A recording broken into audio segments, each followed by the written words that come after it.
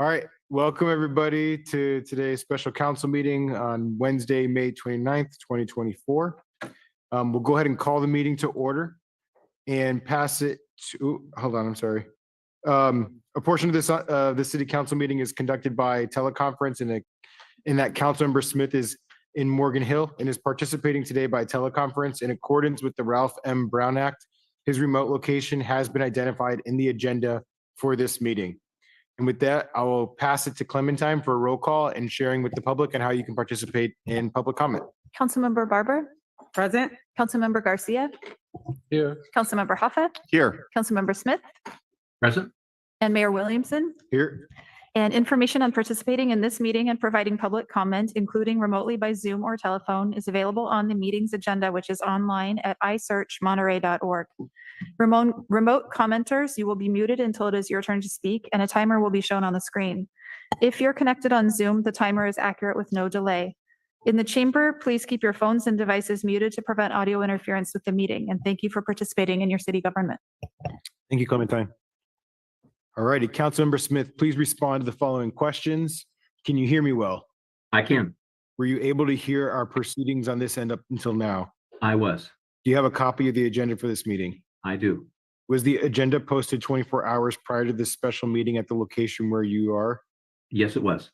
Is your location accessible to the public such that any member of the public could participate in this teleconference from your location if they wish to do so? Yes, they can. Is any member of the public there with you and would like to participate in the public comment portion of this meeting, or otherwise address any agenda item for this meeting? No one's in attendance yet, except for me. Okay, can everyone clearly hear Councilmember Smith? Yep. The Brown Act requires that any votes taken during the teleconference portion of this meeting be taken by roll call.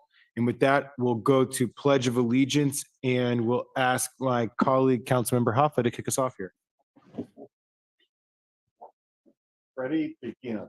I Pledge allegiance to the flag of the United States of America and to the republic for which it stands, one nation, Indivisible, with liberty and justice for all. All right, thank you, Councilmember Hoffa. And with that, we'll move to consent. There's been no items pulled. Does anybody on the council wish to pull anything? Councilmember Smith? No, I'm good. Okay, we'll take it out to the public. Just going to share really quick. This is your opportunity to speak to any of the items that are on the consent agenda, including a request to pull an item. Does anybody in the chamber wish to speak on the consent items?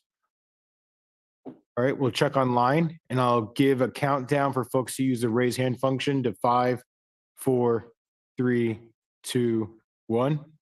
We have nobody online, so we'll bring it back to the council. I'll entertain a motion. So move. Is there a second? Second. All right, so moved and seconded. I'll ask for a roll call vote, please. Councilmember Hoffa. Yes. Councilmember Smith. Yes. Councilmember Barber. Yes. Councilmember Garcia. Yes. And Mayor Williamson. That's a yes for me. All right, and with that, we'll move on to the presentation. Item number 3 is a presentation on the state of our city's infrastructure funding needs. And with that, I'll pass it to Hans for staff introductions.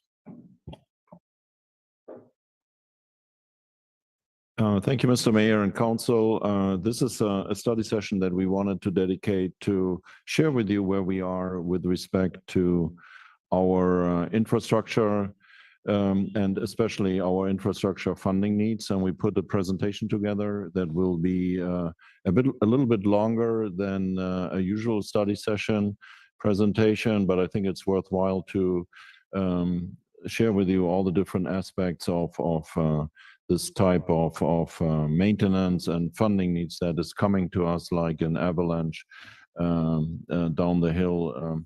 And so with that, I think our Public Works Director, Andrea Rennie, will start us off, and she will also have an opportunity to introduce the other folks that will be joining us via Zoom and also here in the chamber. So you will have several presenters here bringing forward to you the city's infrastructure need. I ask you really to pay good attention to that, because these are the challenges we will face very rapidly. We just received a couple of weeks ago a civil grand jury report that highlighted some of the challenges that we have in our fire stations. And we will emphasize them today and talk about them, but we'll talk also about the other areas where we also feel the need is to really necessary to reinvest into our existing infrastructure or to consider alternatives to the investment there. So, but we'll get to that at the very end. So with that, I hand it over to Andrea.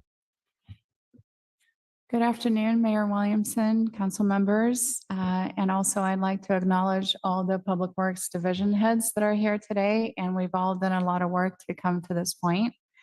So this is a time to talk about what we have, what we need, what we want. And I know this is no surprise, but we don't have current funding for everything we need or that we want. So this is a work in progress. And in my second year as Public Works Director, I have found that I'm pretty good at opening cans of worms, and that's okay. I think in order for us to be transparent, we want to make sure that we leave no rock unturned, and we're looking at the big picture. So what do we want to do? We want to be transparent. We want to have a tough conversation about priorities. And we also want to talk about something that's happened, which is the lack of adequate investment in our infrastructure so far. So when we look at a ribbon cutting and we do something new, it's shiny, it's new, it's very exciting. It's not exciting to rehab our infrastructure. So in the words of the very wise John Oliver in 2015, he said, America's crumbling infrastructure, it's not a sexy problem, but it's a scary one. And he talks about that. He talks about it is not shiny and sexy to rehab things because they're not new, but we need to take care of our infrastructure. We've also had some curveballs over the past couple of years. We've had COVID, we've had an unprecedented engineering shortage. We've had surprises also at the state of disrepair of some of our facilities. So what is our legacy and what do we want to do? We want to talk about not kicking this can down the road anymore. So here's the start of some hard conversations and discussions. So I'm going to get started with what are we going to look at today? So what are our infrastructure elements? So when we talk about infrastructure, what are we talking about? What are the estimated funding needs? What are the sources and reserves? What funding sources are restricted? We want to talk about our updated CIP program and how do we look ahead to a 5-year plan. We want to talk about Measure PNS. That Measure PNS has been just a really great source of funding for our roads and all the work that it's done. The condition of infrastructure in our right-of-way and our wharves. We're going to see a lot of pictures. We're going to talk about the American with Disabilities Act transition plan and what do we need to do and an estimate for that too. We're going to talk about the condition of our city facilities, also with photos. We're going to talk about the funding needs and gaps, other initiatives, undergrounding, sea level rise, future projects. We want to talk about the alternatives and how do we move forward knowing what we know now. And we want to have an open discussion as well. So what do we have? I'm not going to read everything, but I'm going to move this.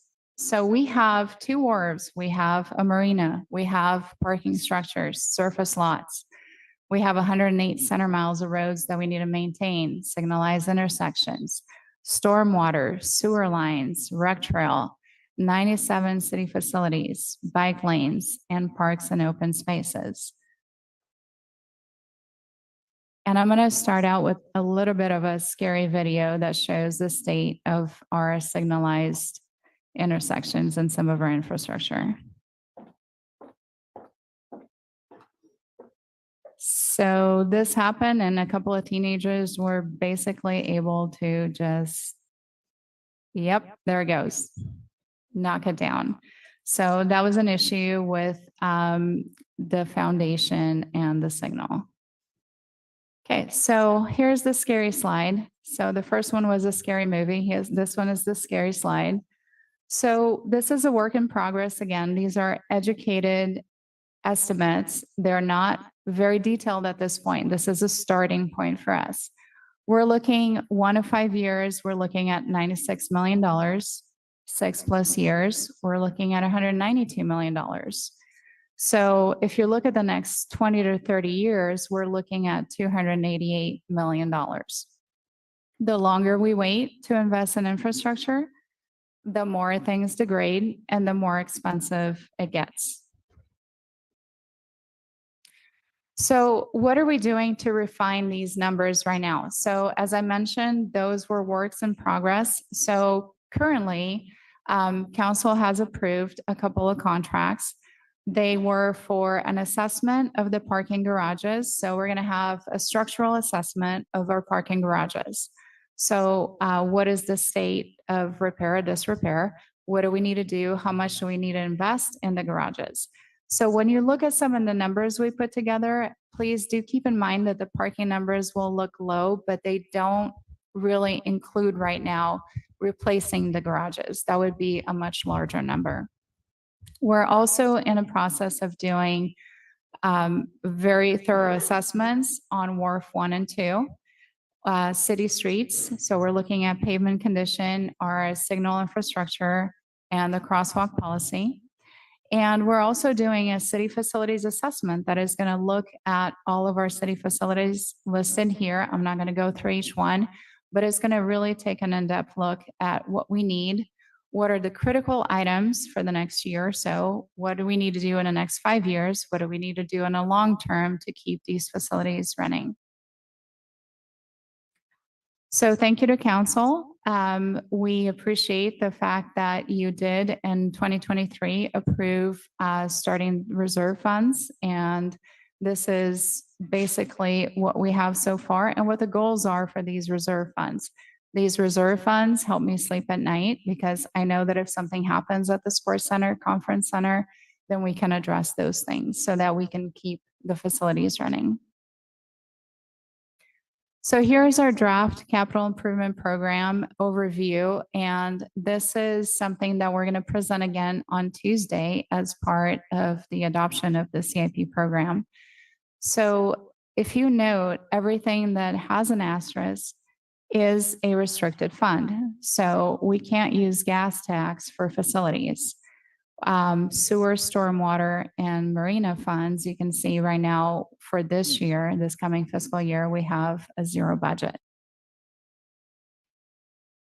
Okay, so if we look at the distribution of our funds for our CIP program, and this is for the 1 year appropriations that we're going to present to council on Tuesday, you can see that the majority of the funds are restricted funds, and they're restricted to different things. So Measure X is not restricted in the same way as Measure S and gas tax. So they are different restrictions. You can see that 55% of the funding for this year's CIP is coming from Measure S. Measure S is going to sunset in July of 2027. It has been the reason why our PCI pavement condition index is in better shape. And you can see all the road work we've done thanks to Measure S. How much have we invested in our infrastructure from general funds? So we went back to 2006, and you can see that it averages about 2% of the general fund is invested back into CIP projects. And 2025, that equals $2.5 million. In comparison, if you look at the cities of Seaside, Santa Barbara, Salinas, PG, and San Luis Obispo, they do spend a much higher percentage of their general fund that is invested back into the CIP. And with that, I'm going to pass it on to Megan Beckman, who is our admin analyst, and she's going to go over the updated CIP program. Thank you, Andrea, and good afternoon, Mayor Williamson and council members. Over the past year, the Public Works Department has been working to develop the Capital Improvement Program 2.0, or the 5-year capital improvement plan. The city's 5-year capital improvement plan outlines the planned investments in the city's long-term assets. In addition to providing a multi-year spending plan, the plan also identifies funding sources to support these investments over the entire 5-year planning window.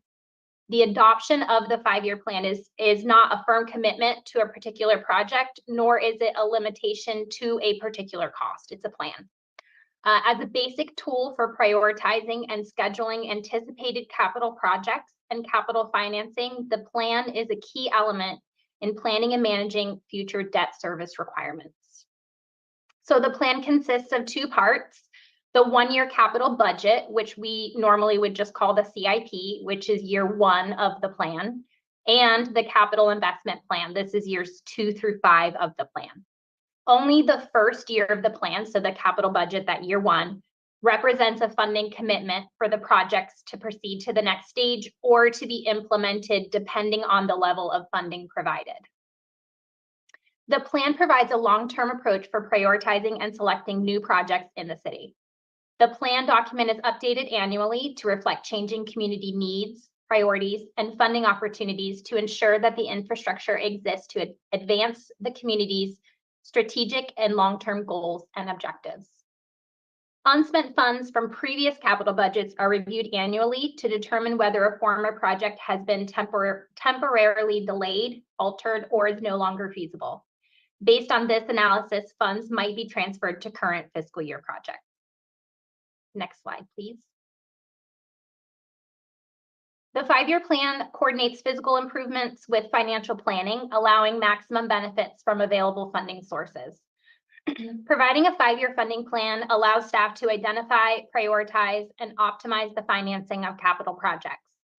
Staff systematically evaluates competing demands for resources and makes adjustments to the strategic and comprehensive capital improvement program based on fiscal capacity.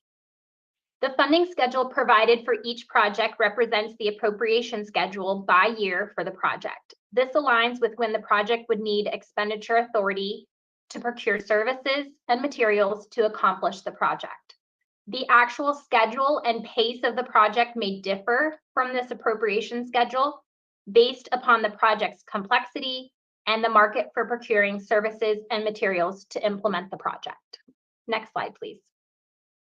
So on this slide, you can see in our 5-year plan, it takes us all the way through fiscal year 29. You can see the different funding sources in these bar graphs differentiated by color. And as we can see in fiscal year 25, we're estimating only $2.5 million for general fund, but because we want to show council what we could do with $5 million a year after that, we have included that amount in our plan. The thing I want to point out is this yellow color is Measure S. So you can see the dramatic drop in funding once Measure S sunsets in 2027. Next slide, please. So as part of our capital improvement program 2.0, we will be producing a capital improvement program book. So we feel strongly that publishing a public-facing capital improvement program document is crucial for fostering transparency, accountability, and community engagement. By making this information accessible to the public, stakeholders such as residents, businesses, and other government agencies gain insight into the priorities and investments shaping their community's development. Ultimately, a public available CIP document not only informs residents about upcoming improvements, but also empowers them to participate in shaping the future of their neighborhood and city. In addition to providing information regarding the development of the CIP program, the document will include individual project pages that provide a variety of information about the city's CIP projects. So as you can see on this page, we have a sample of one of our CIP projects, which is our citywide pavement maintenance and repairs project. And each project, as I said, will have a page that will show the location. So this is a citywide project. So we have a GIS snapshot here of the city. A picture so you can see what the project, the scope of work that the project would entail, the project description. And then I've made it a little bit bigger there for you to see the funding. So it says the funding source, previous expenditures prior to fiscal year 25, previous funding prior to fiscal year 25, and then what funding we propose within that 5-year plan. So all of the projects that will be presented to you on Tuesday will have a page in the CIP book. And now our city engineer, Andrew Easterling, will speak about our right-of-way infrastructure. Thank you. All right, thank you, Megan. Good afternoon, Honorable Mayor and members of the council. My name is Andrew Easterling. I'm the city engineer. So I'll start by talking a little bit about Measure P&S and what a difference it's made. Prior to Measure P being adopted in 2015, the city's pavement condition index, which is our ranking system for our pavement condition, was rated 54 out of a scale of 100. Our pavement was close to at risk and just 5 points away from sliding into a poor rating. Since its adoption, the city's pavement condition index has improved from 54 to 79. However, streets don't stay in perfect condition forever. They are damaged from normal wear and tear, weather, and street openings. The pavement condition cycle typically follows this S curve that you see in the presentation, where the first several years it stays in pretty good to fair condition before hitting an inflection point and starting to fall into at risk or poor condition much faster. It's cheaper to keep your pavement in this good condition, where you only need a seal coat or a chip seal to keep the pavement maintained. Whereas it starts to fall and fail into poor failed condition, it requires rehab and more expensive fixes. So the most cost-effective strategy for the city is to keep its roads in good to fair condition and to continue maintaining it in good shape rather than allowing it to fail. We estimate to maintain our current system or our current road ranking of very good. The city should invest a minimum of $4 million per year to repair and maintain our street system. Having a dedicated self-help fund to maintain our pavement really makes a huge difference. The measure sunsets in 2027, and at the time, the city will have to determine whether or not we want to continue to maintain our roads to the same level of service, and if so, if we want to renew another sales tax measure or find a new funding source to do so. All right, next slide.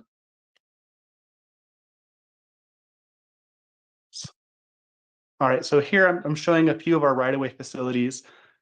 These are our streets and bicycle facilities. You can see on the left, that's the Custom House Tunnel that's getting a little beat up. The Custom House Tunnel probably could have its own slide or presentation for that matter. It was constructed in 1968 for a price of $2.5 million. We do assessments on it every so often. Structurally, it's in relatively good shape.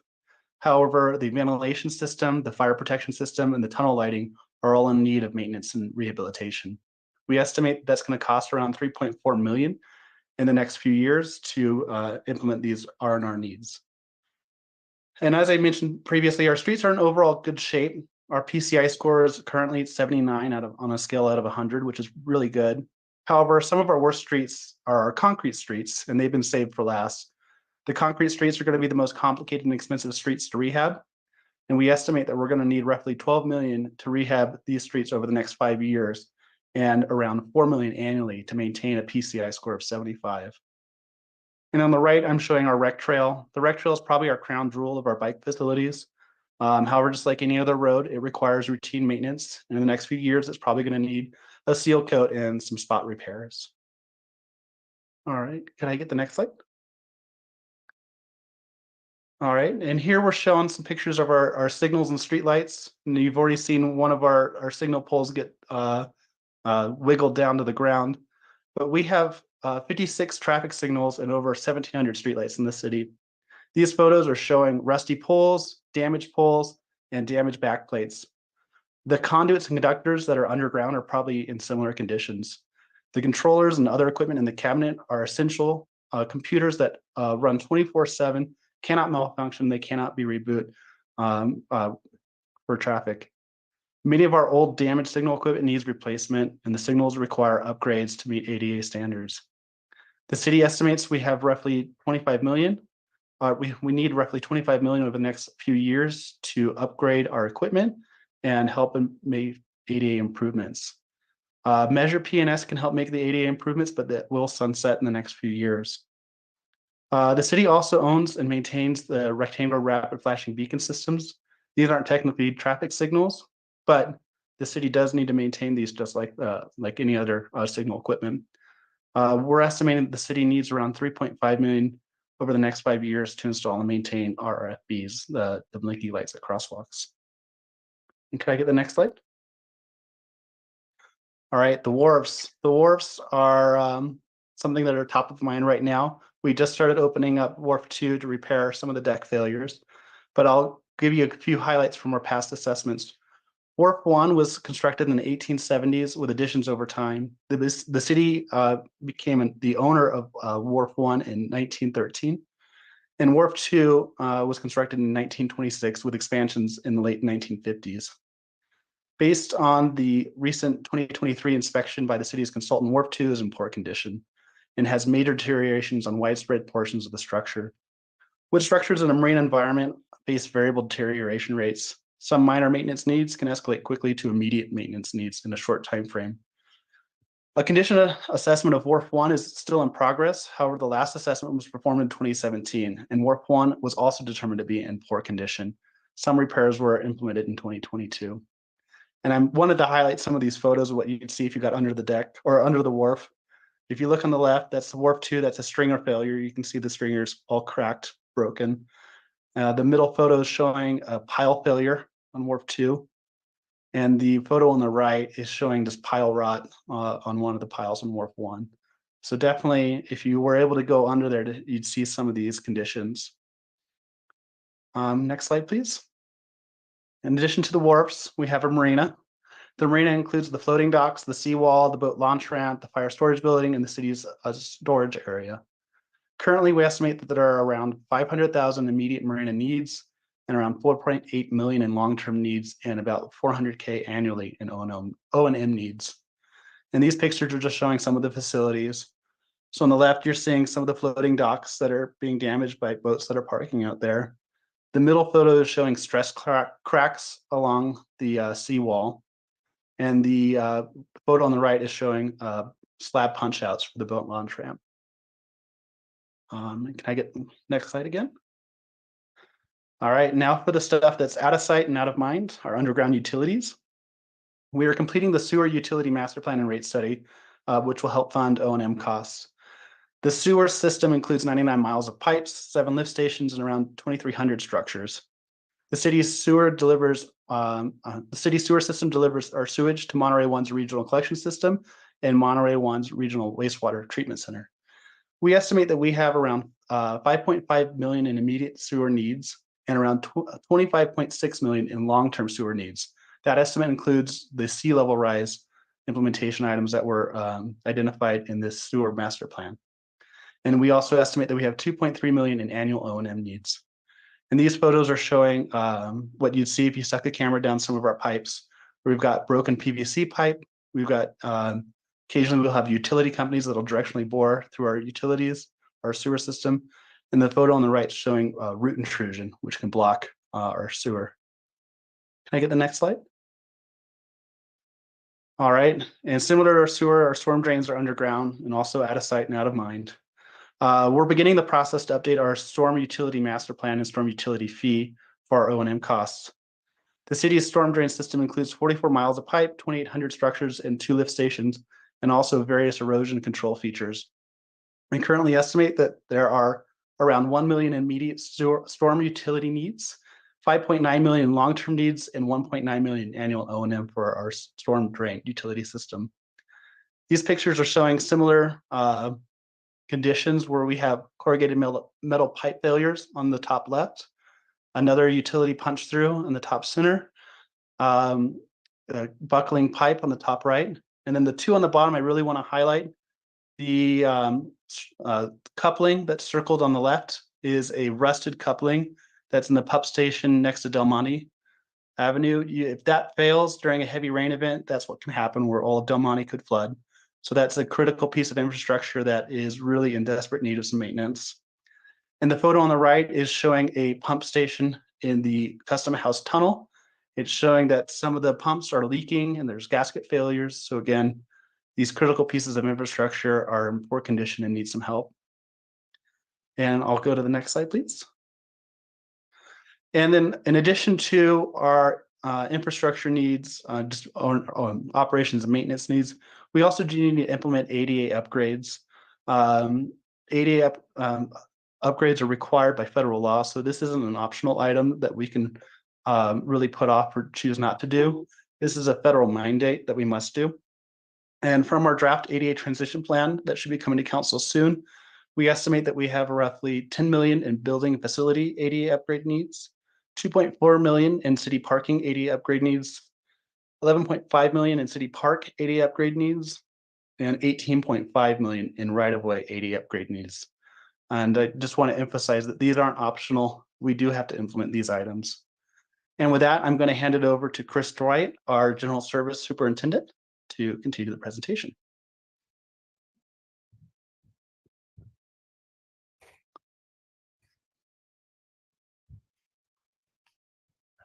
Good afternoon, Mayor and council members.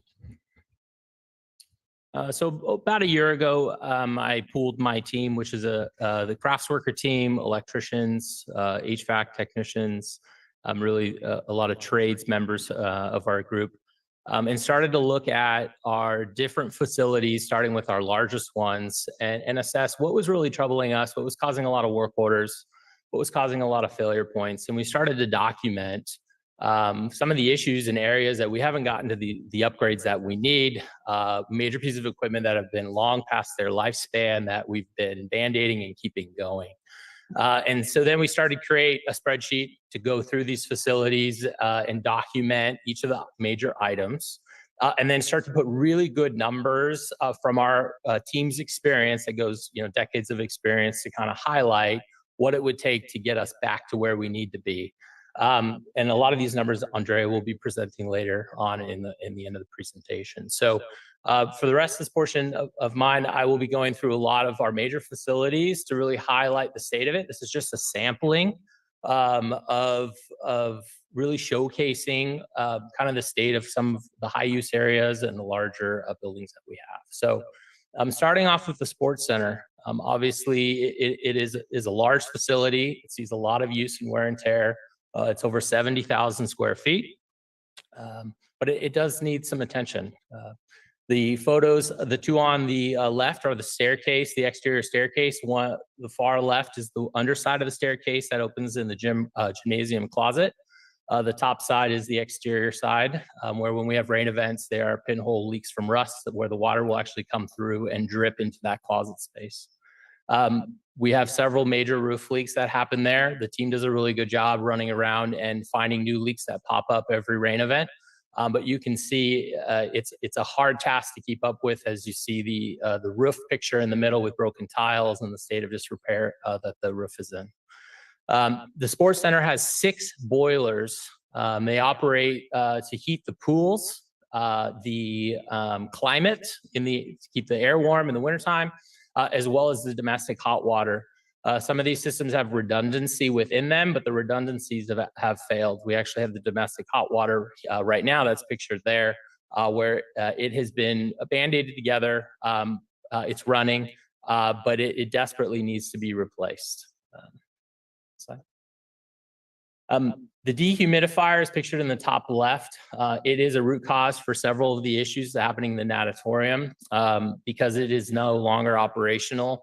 It is extremely humid in there. There is a project to replace it that's coming, but currently it's causing degradation of the back wall. As you can see the picture on the top middle, where you can actually see the paint has sloughed away, and that's on the back side of the pool. Then because of that humid environment, the steel beam structures are getting some superficial rusting. That rust then with that humidity condenses and then it drips down the walls and causes these orange stains. So it's extremely unsightly. And that's happening all around the natatorium. The middle picture, that purple with the bubble, there are hundreds of bubbles where the water is actually intruded between the powder coated paint and the frame. And you can push the bubbles around with your finger. They're actually have water in them. We had a fire line system spring a leak. We had to string a towel up to divert the water so we could catch the water. We obviously urgently and immediately repaired that, but those are the types of things that come up where we have surprise emergencies that we have to tackle. The Hilltop facility is the next on the list. It is a very large community center. Get my notes, excuse me. It is a repurposed school, and it includes a meeting room, classrooms, 2 large activity rooms, a community room, where we also do ceramics and art space, preschool rooms, kitchen facilities, and more. The building was originally opened in 1985 and has had minimal renovations since then. So a lot of it is in the existing stance that it was when it opened.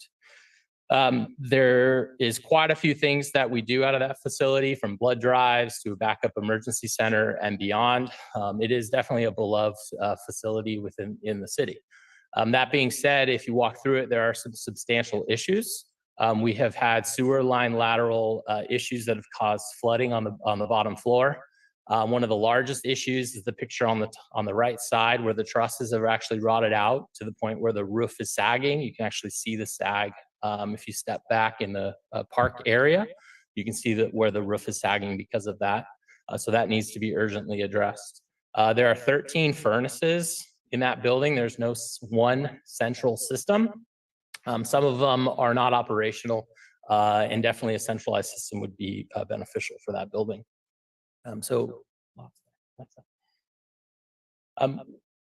We also have many historic facilities across the city, such as Colton Hall, City Hall, Vasco's Adobe, Ketchum House, Gordon House, and so on. The one I'm going to highlight today is the Gordon House. We recently did a small facility condition assessment on specifically that home. The largest issue is the foundation is failing. You can put a tennis ball on the floor in one of the rooms and it will actually roll across the room because it is sagging so much. Deck is compromised from rot. There's going to be new plumbing needed, and also termite issues. Just for the Gordon House, not all the other historic homes, looking about $800,000 to address the condition that it's in. So. Parking garages also need attention. There are several areas where there are cracks in the ceilings, where stucco is coming away as well, but definitely in need of repair and attention. This is Cannery Row restroom on the left-hand side. Over cleaning and use of water, cleaning the floor, slowly the water ended up wicking up behind the tile. The backing behind the tile actually rotted away and causing that portion of the wall to collapse and the tile to fall. You can also see that the door on the left side of the tile that had fallen is completely rusted away, and the door itself is compromised. The middle photo showcases also some termite damage. Most of our wood structured buildings that aren't cinder blocks in the city have some degree of termite damage that needs to be addressed. And also that can be costly and interruption of service as we're operating in those buildings. Another door that's compromised in a public restroom due to rust. Fire stations obviously have been a big topic as of lately. I have walked through each of the facilities multiple times with my team, creating work orders, doing what we can to fix the issues as they've come up, help the conditions that are there. We just had another very large surprise where Fire Station 12 a few weeks ago, a water supply line to the upstairs men's restroom actually broke in the ceiling. You'll see a video of this where the entire ceiling filled with water and was flooding down into their living quarters. We spent over 2 weeks with 2 dedicated crafts workers working there full time for those 2 weeks to get just that one issue repaired. So it's an example of how one small thing can actually suck up staff time and cause a great deal of work in order to repair the issue. You can see this picture on the top left. We had to do mold mediation because there was a unwrapped pipe that was causing condensation within that space that we discovered from that leak that we had to repair, as well as all of the existing sewer lines that had small leaks in that ceiling space. Fire Station 12 also does not have a working generator. The generator was long past usable life, and when we noticed on a routine generator check that it was not operating as needed, We installed a rental generator as an emergency backup while we wait for a permanent fix to be put in place. I'll note that Fire Station 13 has the exact same generator, same life. That one is still operational, but you can tell by judging in this photo, it is a very old unit. Desperately needs to be replaced. So again, fire stations as well, I could take an entire presentation going through all that we are doing and we have found. Here's the video that showcases that leak. You can see there is water actually coming down from the light fixtures as it finds its path in order to escape that ceiling space and dripping down.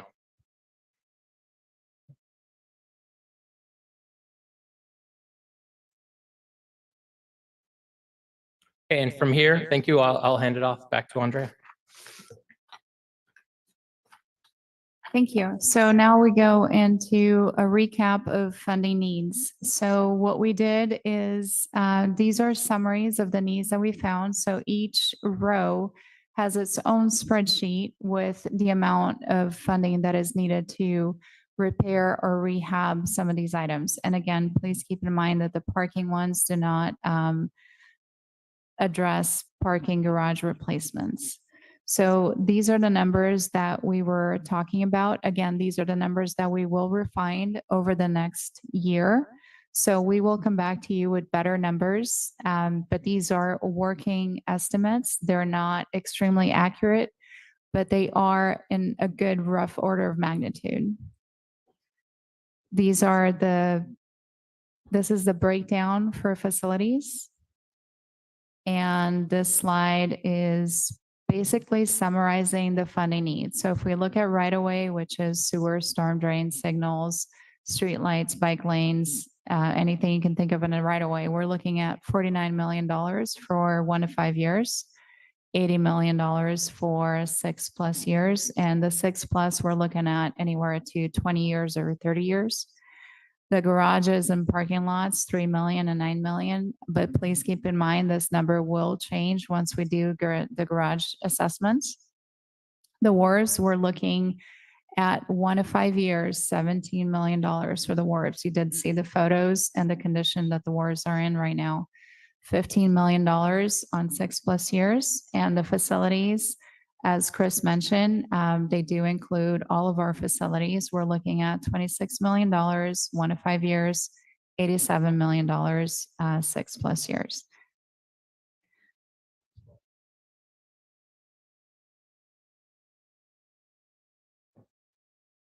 So I want the council to read that so they understand what kind of challenges we have. These are prime facilities that we have. This is what makes a city. And we just showed you that for 10 seconds and then march to the bigger numbers, but take a look at that. This is what is quality of life is for the city of Monterey. You see the immediate needs and you see the long range needs. And I think council understands and appreciates that if we don't invest into that, we are not investing into what our mission is, that we want to have a high quality of life in the city of Monterey. So if you look at the library, $300,000 for year 1 to 5, that's a sugar-coated lowball estimate, 6.5 million, 6+ years. That does not address the version that they shared with you as the Cadillac version they like to have for $45 million, a brand new library. That's just the existing library as it is, and as the library board told us 3 years ago, is not functional for them anymore. So what you see right now are not new fire stations or a new public safety building or a new library, rebuilt library. This is just keeping the existing buildings alive and well. City offices, no one thinks about city employees. No one thinks about city employees. And rightfully so, because at the end of the day, we want to make sure that the infrastructure is functional, but we have to invest also into our own infrastructure. We have people living in conditions that are really not conditions that you would find easily in other public facilities. I always share with you the restrooms that we have around City Hall, 1915 Soviet Stalingrad style. We have to make changes. So I just wanted to show that slide again because it is worthwhile to halt a little bit and take a deep breath. Rec centers, we talk about community centers, we talk how important they are. They are important. And it's not just the staffing that we have to provide and the programming, but it's also that those facilities are safe. If you bring your 3-year-old in there to try to balance on a beam or whatever the gymnastics are there, you want to make sure they go in and out safe and that no other beams fall on their head. So this is what makes our city. This is what is important for our city. It's not a pickleball court. This is what is important for our city. So let's go on. Thank you, Hans.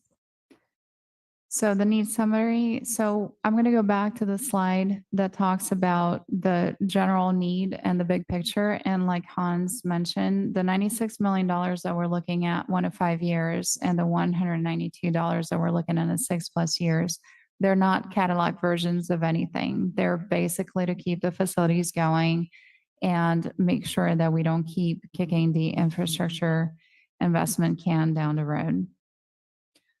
So this slide, I had a hard time trying to figure out exactly how to show this, but what I want to show in this slide is the needs obviously exceed the funding that we have. A lot of the funding that we have right now is restricted. So we can't use Measure X money on facilities. So a lot of these other funding needs, so the shortfall that you're looking at for the $21 million, these are all needs that are competing for general funds because the general funds are the only funds that we have that are unrestricted.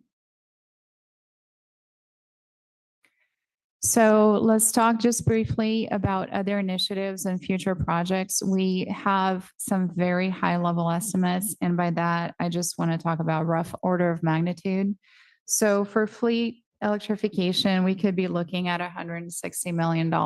And this is to update our fleet as well as infrastructure to charge the fleet. Sea level rise. We don't have identified projects, but if we do want to protect the city from sea level rise, we could be looking anywhere from $60 to $100 million. It depends on the projects, and we need to dial that in a little bit more so we know.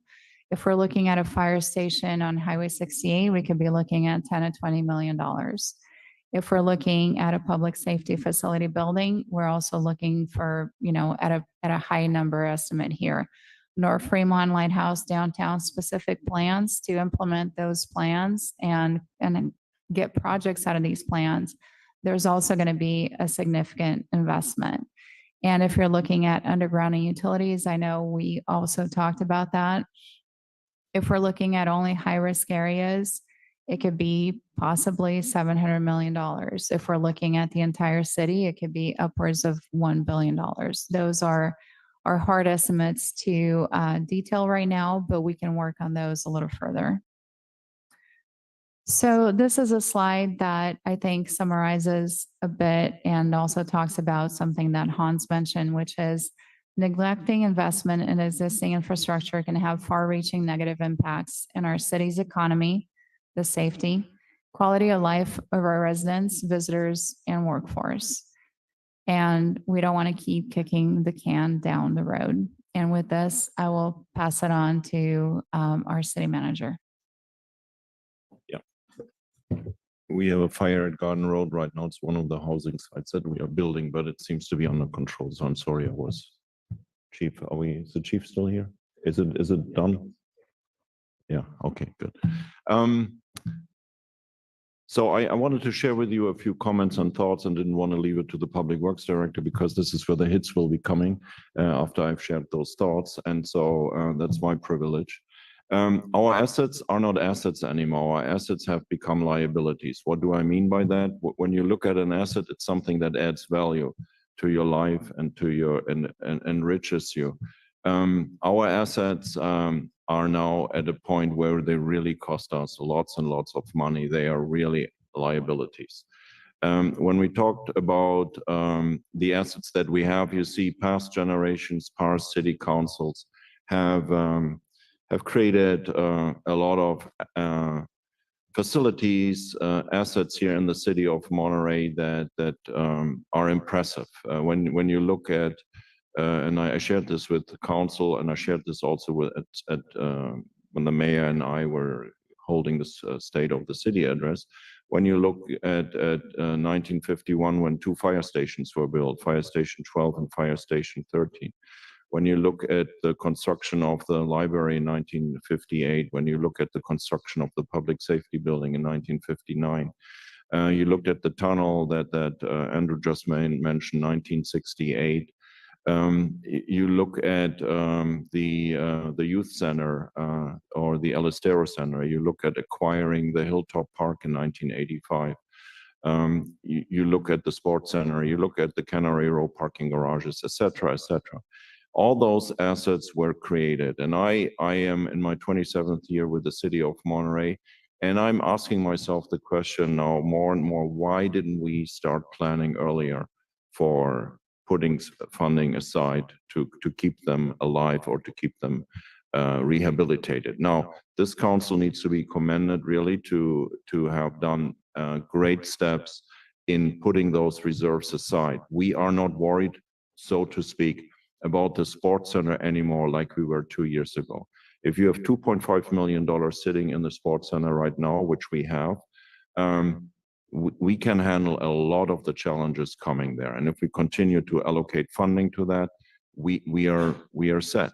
But this is not everywhere the case. This is not the case in many other areas. I just want to add a caveat to that. About, I think, 2 or 3 years ago, Councilmember Hafa, Councilmember Smith, and Mayor Williamson will remember we added a facility use fee for all recreation programs, which is, I don't recall anymore what is 5% or something like that. 5%, exactly. That has now created an additional $500,000 since we started it 2.5 years ago. So that really works and helps us to channel some of the funding out. But there are no quick fixes anymore. As I said, sales tax measures are maxed out. We cannot raise sales tax by state. We are prohibited from increasing the sales tax. We had Measure P and Measure S that has been explained, but there was also Measure G, which is a half-cent sales tax that runs out in 2029 and brings us about $5.5 to $6 million annually. And that helps, of course, with our ongoing operational cost, and it helps us also with some very minor additional infrastructure reinvestments of funds that are coming then from the general fund. We went 2 years ago, or 21, I believe, with Measure Y in front of the voters for a hotel tax. I think it was actually 2020 require, if I remember that correctly. And we are 12%. For all what I know from hospitality business, that's done. We cannot milk hotel tax right now. We cannot increase it. We are where we have to be. Everything else, in my opinion, will get us out of the market, especially when you look at the competition around us that is building new products around. So hotel tax is at 12%. We are maxed out for that. Bonding is always something, oh, let's just bond for that. Yep, that's a great idea, but the bonding will require a reliable funding source to pay it back. No bond agency, no bonding party, no bank, private bank will give you a bond for $100 million if you cannot identify how you will pay that back. Our bonding capacity for the city of Monterey, I estimate, is about $160 to $180 million in total. That's probably what we are worth on the market right now as a city of Monterey. So even if we use bonding, and even if you want to use bonding for a new library or a new public safety building, we are forced to identify where is the funding coming from to pay the bond back. Next slide, please. So we have to ask hard questions. What assets, services, programs can we continue to afford? Mayor Williamson deserves a lot of credit for asking that question periodically at the dais. When we talk about budget, the question is then asked, okay, don't tell us always what we want to do, also look at what we maybe consider to discontinue. Hard question to be asked, can we continue to pay market rate salaries? Personnel cost with 73–76% are the main expense of the city of Monterey. Probably the wish of staff, myself, and the council is we should pay market rate salaries. Do we want to maintain, operate 3 fire stations? Do we need 3 fire stations? We have a fire station out on Hawthorne Street and a few 1 mile away, a fire station in Pacific Grove that we jointly operate. No council wants to close fire stations. I understand that. But we also want an additional fire station along Highway 68 at Olmsted. We have been in a difficult situation last year with the airport fire contract. And also we understand that there has to be an additional resource for our neighborhoods in Fisherman's Flat and Deer Flats. Garden Road is being developed as housing area with 400 to 500 units there. And of course, Rhine Ranch has grown over the years. So there is a need for a fire station. How do we fund an additional fire station, even if it is HMO version of a fire station? Do we want to maintain 4 community centers? I've shared this many times with the council. We are oversaturated with community centers. Hard question. You will find the answer for us if we want to do it or not. Next slide. Conference center costs us money. It brings money. Do we want to operate the conference center? Do we want to maintain the Monterey Sports Center? We filled the room here a year ago on a Wednesday during a study session, and what did you hear? You heard from every single one of the speakers, bring back the people. We need more people. We need more people to operate the sports center. The sports center costs us money. The sports center is a quality of life. I am committed as personally to the Monterey Sports Center. I'm proud of it. I'm very, very proud that our community accomplished this, and I'm proud that our councils always have supported it. But it's a hard question we have to ask ourselves. Library, you heard from the library board, they like to have the library open 7 days a week. All right, knowing what you know in investment needs in our infrastructure, do we want to keep it open 3, 4, 5, 6, 7 days in a library that is not functional, in a library where the HVAC system is failing, in a library where we have roof leaks? How do we balance that? Undergrounding. I proposed undergrounding during the state of the city using NCIP funding because we have to start thinking about undergrounding as a measure for resilience, but also as a matter of safety, fire safety. How are we continuing to talk about undergrounding if we do not identify a reliable funding source, knowing also that our fire stations are kaput and need money for that? Can we continue the NCIP in the current form? Tough question to ask, but is it really something where we can allow funding go to 40 to 60 projects when we know we have other challenges there? So how can we compromise? How can we facilitate a process that the council can live with and the neighborhoods can walk away also feeling as winners? So the next slide is called, please.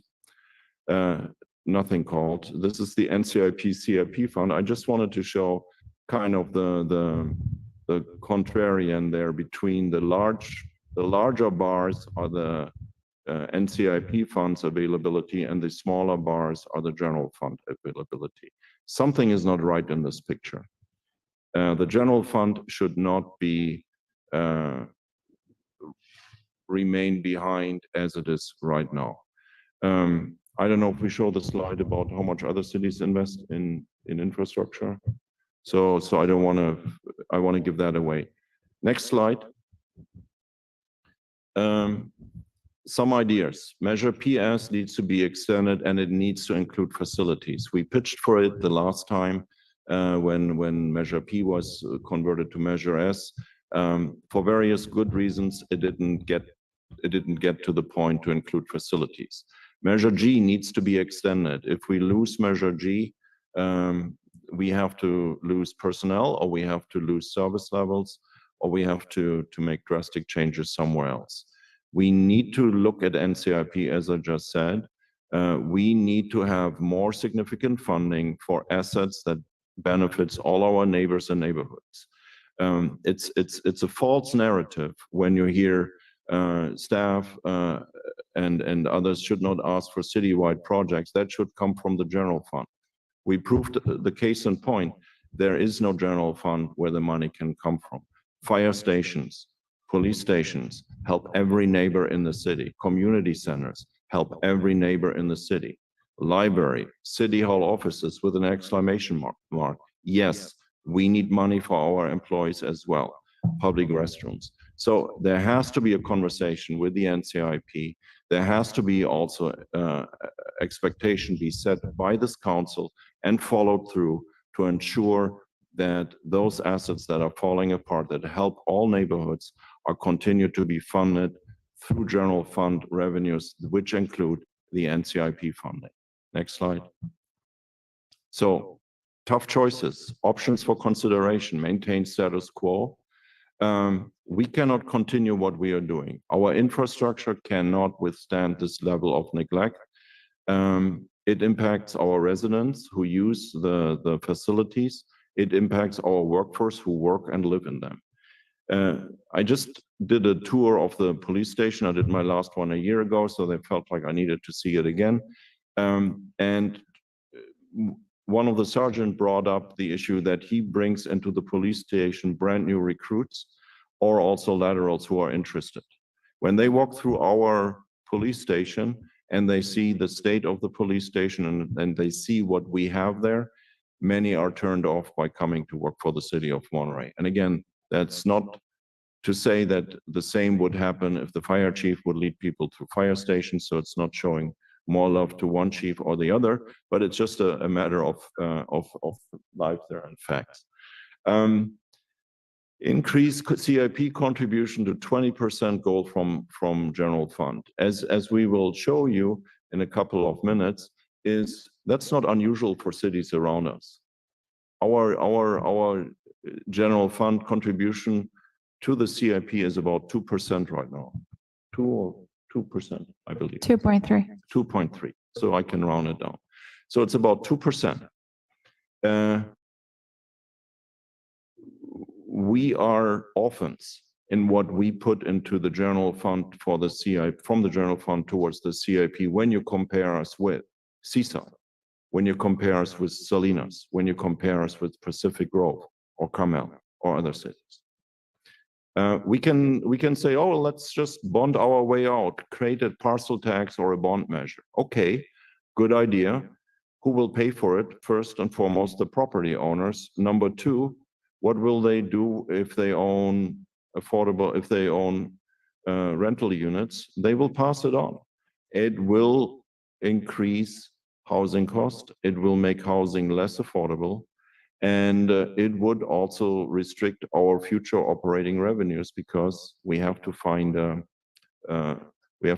way of paying it back. Last but not least, I think I spoke about it twice already, but NCIP, there needs to be a clear-cut expectation from the 16% of hotel tax that's dedicated to NCIP to flow into community capital projects that may not always align with NCIP committees, we will commit to the NCIP representatives that staff will make good pitches to that. But the opposite is also true. If we make our pitches, they are not really up for lengthy discussions or alternative world discussions. What else can we do? Or you have to do first A or B before we think about C. It is what it is. That's why we have professional staff. And after a reasonable conversation about that, we have to move on and have to start building and rehabilitating.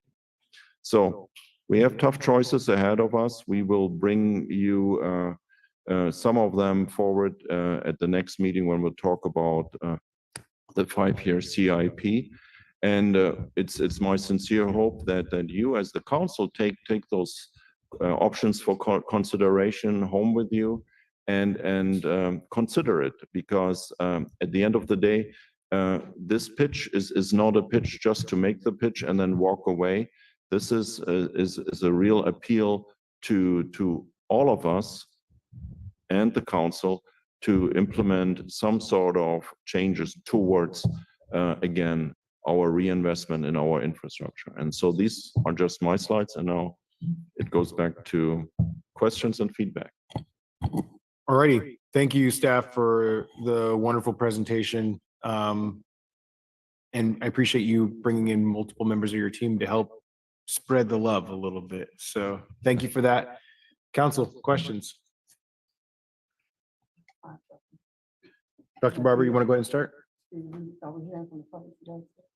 Yeah, we will. Oh, do we hear from the public? Yes. Well, okay. Does anybody else want to start us off? Councilmember Hoppa? Yeah, I don't know if you can show the slide that shows funding needs. Is your mic on? 1 to 5 years, the funding needs were about 26 million, 6+ years, 86 million. This is what I jotted down. And then there was a number that indicated funding available of 73 million and a shortfall of 21 million.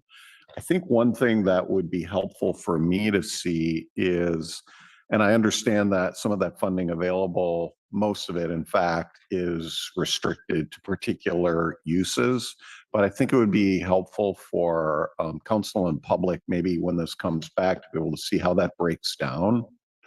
And then how does that funding availability align with the funding needs? So if we've got, 5 million in the parking fund, how does that align with how much the parking garages need?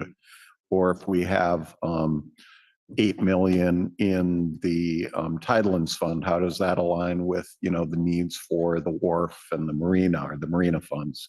So I think it would be helpful to see some of that. Councilmember Smith, do you have any questions at this time?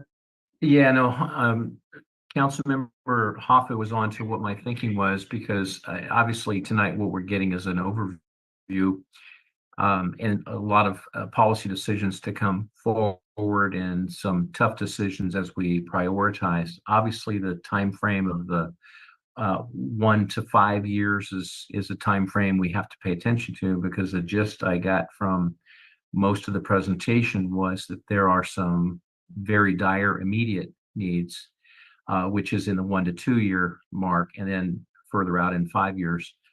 Overall, I would like to see more breakdown, and maybe that would be coming back to us soon.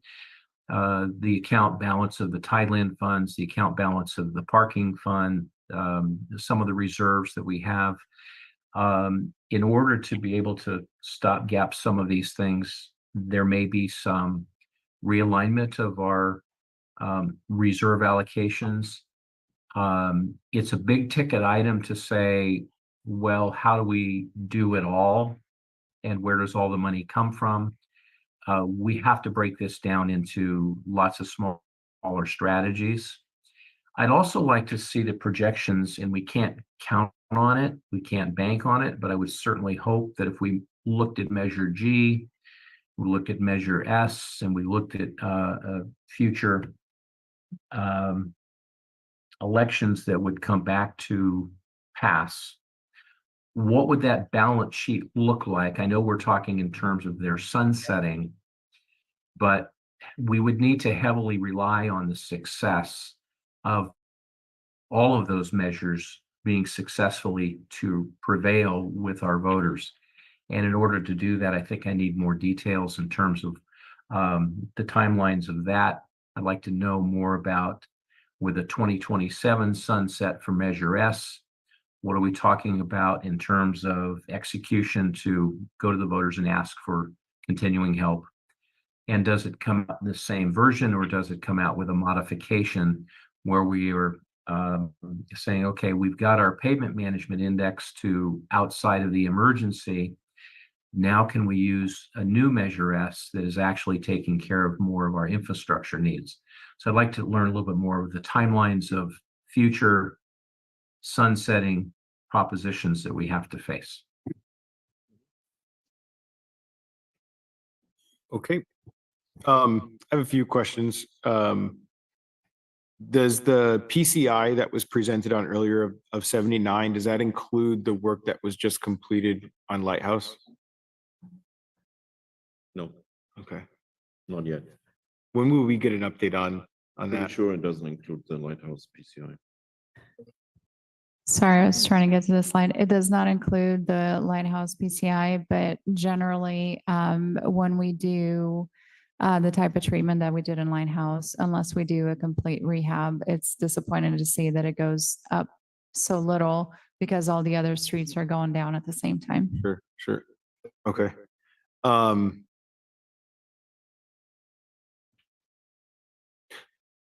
Last time we had the presentation on Measure P, Measure S, I had asked a question in regards to kind of seeing with the numbers in regards to where we're at versus where we thought we would be. Because the purpose of Measure S was to finish all the streets and the roads. It seems clear that we're not going to do that, but it would be helpful to still see those numbers. So maybe when we bring this back, I'm not sure if that's something that can be provided. But just kind of wanted to bring that up in regards to this, since that slide is up. And then I'm not sure if it was the next slide. There was the assessments in progress slide, and there was a section for city streets, or maybe it was back. Oh, yeah, there it is. So city streets includes pavement, signals, and crosswalks. Does a pavement piece of that include sidewalks? So sidewalks is just an ongoing program. So what we're listing here is almost a specific one-time look at our pavement. So it's good practice to every 5 years or so, look at your streets again to make sure that your Street Saver, the software that you're using to track your PCI is accurate. So it's basically you're establishing a new baseline. Okay. I think part of the reason why I bring that up is for us to, I mean, if we're going to look at things in the aggregate, that we include sidewalks, which, you know, if we're trying to create a more walkable, bikeable community, we need to make sure that we're somehow prioritizing that and keeping that into the fold of the conversation. So I just kind of offer that in future. I don't know how we incorporate that, which I'm sure kind of balloons the cost even more here. Sidewalks are an ongoing program. So it's every year we're looking at sidewalk improvements and any deficiencies. I just wonder, do we feel like we're keeping pace with it?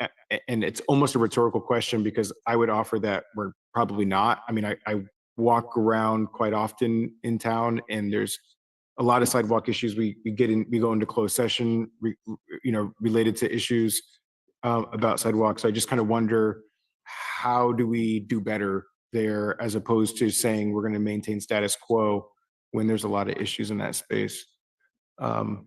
With sidewalks, some are owned by the city, and we're responsible for them, and some are owned by private adjacent property owners. So it's how do I say it? It's a moving target to a degree. We can probably give you an estimate about sidewalks that we think fall under the city's responsibilities and what we have to reinvest there. But then there are sidewalks where we basically just notify the adjacent property owner and say, you better fix it. It's on your nickel. So yes, I understand what you're saying. And we can look at a better number for sidewalks because we came up with that number when we started Measure P. Okay. My last point in this is hopefully there can be some alignment with the conversation around sidewalks so that we're not waiting until an incident occurs to try to trigger something. I mean, I know that there is the expectation that property owners manage the sidewalks that are adjacent to their property. How many residents know that? And is there some kind of getting ahead of the ball here where we can help notify the public about that responsibility and help communicate that? Okay, I'm gonna get off sidewalks. The transparency in regards to the CIO program book, I'm sorry, the CIP program book. One thing that I'm hoping that we can maybe think about there is how can we distill this into something that is more digestible for everyday folks. So I'm sure that all the people that are listening right now, that book will be really helpful and handy to use as a resource. But how can we dig deeper into making sure that there's something that is more translatable for a larger population in the city?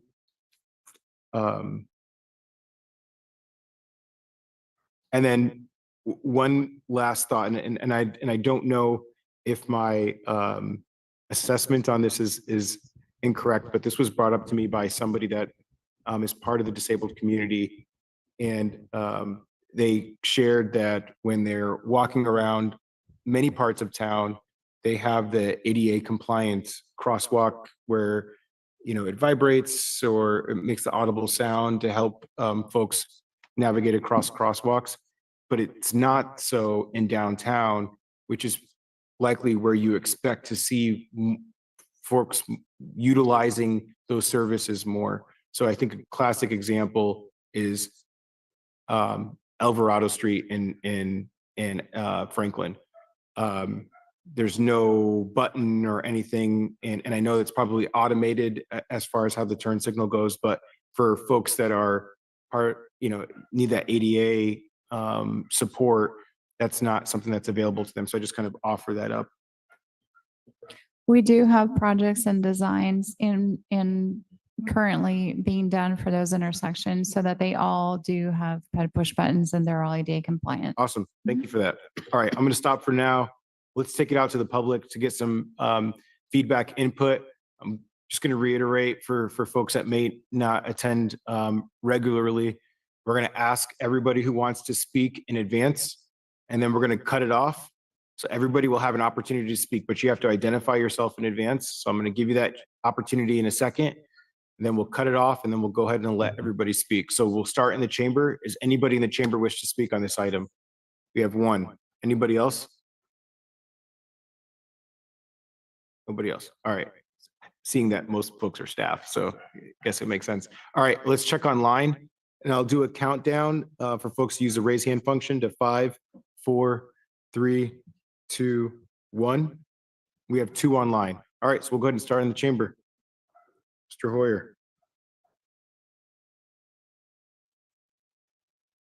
Mr. Mayor, members of the council, my name is Rick Hoyer. I'm speaking as a resident of Monterey first, then as a president of the Taxpayers Association. I'm not speaking as a representative of NIT. One thing, I'm also oversight committee of PNS.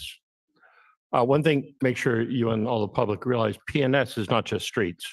It is also ADA sidewalks and storm drains. So whether or not when it comes time to want to do a new ballot measure for another length of time, potentially you could alter what is included in that because there's less need for storm drains and sidewalks and other things. Streets are ongoing and it's done a good job of bringing the PCI down, but a lot of our worst streets are yet to go. I want to commend staff on putting this all together. I think it's long overdue, bringing it forward and really seeing. You all are going to have some very hard discussions to do. I just want to make sure everyone realizes on one of those slides you put up, Andrea, the one that shows the funding comparison of NCIP and CIP. It is a little misleading in that the 225 one is a number that includes almost $4 million in one-time funds because of what was found of not reconciling past things. So it is not going to continue at that level.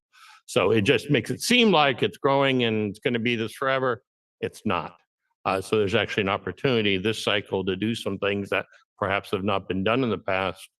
And also putting forward projects to NCIP, other than beginning last year, none of these major needs were ever put forward to NCIP other than small projects like work on Colton Hall and some other things, and ADA work on Colton Hall, which are all NCIP projects as well. So those have been looked at when they've been brought forward, but historically they have not been brought forward as projects. They are definitely capital projects which meet the needs. I think as someone who helped run the campaign for PNS and G, I think the earlier you start having discussions about what would be in those, the better. There's no guarantee that they would be supported and done again, at least from a taxpayer standpoint. But we need to have those discussions, and the tenets that were in place related to sunset clauses and very specific usage, I think is why they were successful last time, at least PNS. Y was a bit, G was a bit different than that. Thank you. Thank you. And we'll go online. First, I'll call in Esther. Good afternoon, everybody. The only meeting more depressing that I recall than this one was the one when we talked about the budget during COVID, when we had lost $30 million in a month or two. These presentations, unfortunately, are not watched enough by people in the city, and that's why it's difficult for them to understand the position that we are in. And we're in this position, I will repeat myself, because it is infuriating that previous administrations did not have the foresight to address these problems. That is just pure negligence. I just don't see how, and these were experienced people that, we had mayors that were mayors forever. These things should not have gone on this long.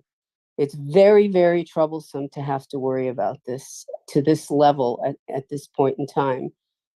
A couple of things I'm hoping that we can avoid.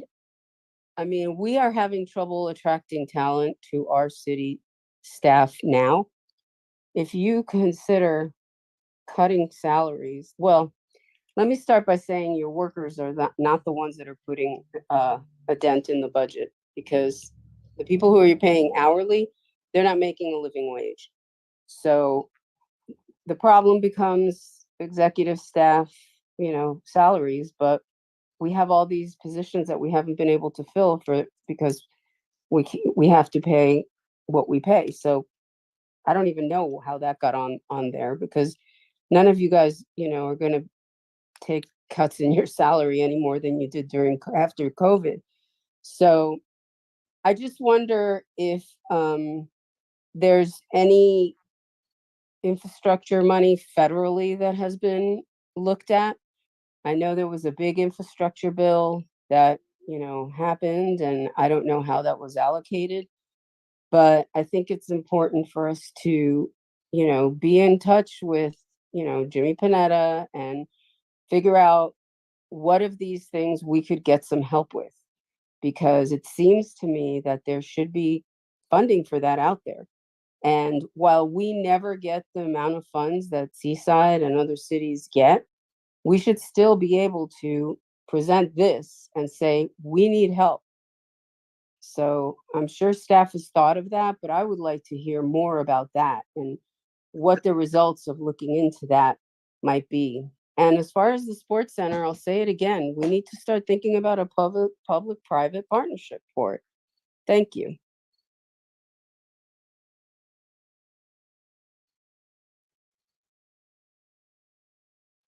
Thank you. The next speaker is Richard. Good afternoon, Monterey City Council.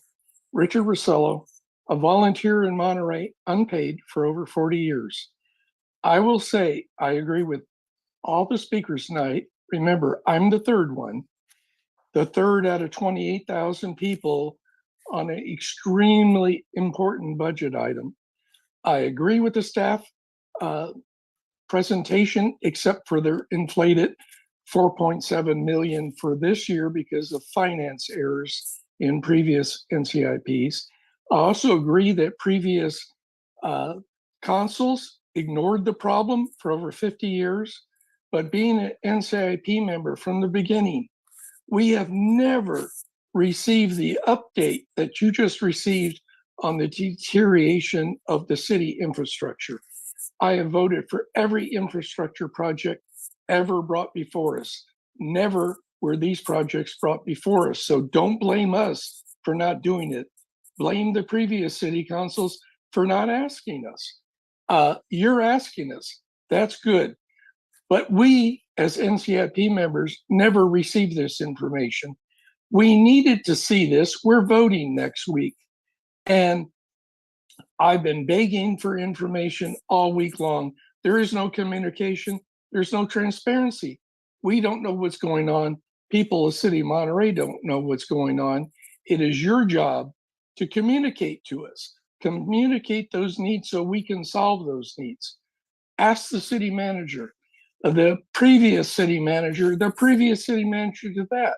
Everyone that asked me to do a campaign for taxes in the city of Monterey for nothing, I volunteered, I did it. P passed, S passed, G passed, Y passed. I was part of all those. And all those explained to the voter precisely where the money was supposed to go. We thought it was going to maintain this city. It wasn't. It is your job now to straighten that out. Communicate to the people of Monterey. And when you ask NCIP for a project, yes, we need to know the extent of those projects. I kept asking, is Hilltop earthquake retrofitted? Is the fire station retrofitted? I just got the answers. They have not been. They need to be part of it. Our employees need to be safe. You need to provide services to the Monterey residents. Please put your political passions aside and balance the budget in the city of Monterey. That's our problem. It's all in your hands. Thank you for the time. Ready. I think with that, we're bringing it back to the council. Andrew, I saw your hand up there for a second. Was that a? No, that was a glitch. Okay. I have those all the time, so. All right. Councilmember Smith, I see your hand up. Yeah, thank you very much. And thank you for all the callers that are to some degree, probably hearing this information for the first time. I want to go back to a line item that was provided. I think it was in Andrea's presentation where there was an identified need in the ADA, and it was a total requirement of 42.4 million. And I wanted to clarify, does that include all city properties and access points or sidewalks, or is that just 42 million for what we consider as our own buildings?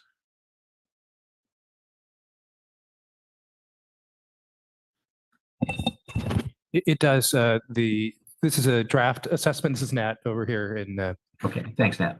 yeah, it does. It includes all the sidewalks, it includes all the city facilities that we own and operate, everything from the ADA improvements needed at leased properties such as the Monterey Bay Kayaks building to the Gordon House, which was discussed earlier.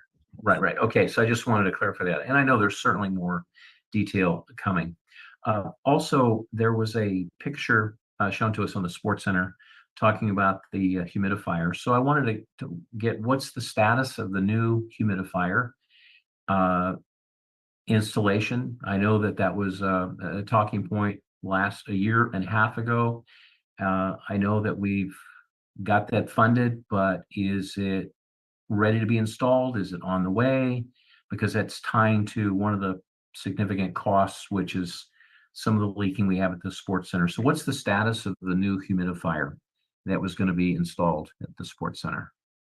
Thank you. It's on the way. So we are having it built, and it has to be to the specs of our designer. And Sure. we're looking at a delivery date, and we're also trying to look at what we can do to mitigate the humidity in there meanwhile. Okay, good. And the reason I asked the question is I just want to make sure that we are not identifying for the public to think that the other project went away, but it's actually the work's not yet been done, but it's called out because it's got some other degradation to the building as a result of deferred maintenance. So certainly we'll find out more once the installation starts with that. And the other thing was, the mayor mentioned this, and I think it was part of the presentation, is the CIP program book. So I agree that's going to be very helpful. But as we talk about a CIP program book, what would the timeline be of that? And I know there's a lot to put on the book, but what's your vision for its rollout, and does it align itself with an annual budget process, or is it something that you envision something different?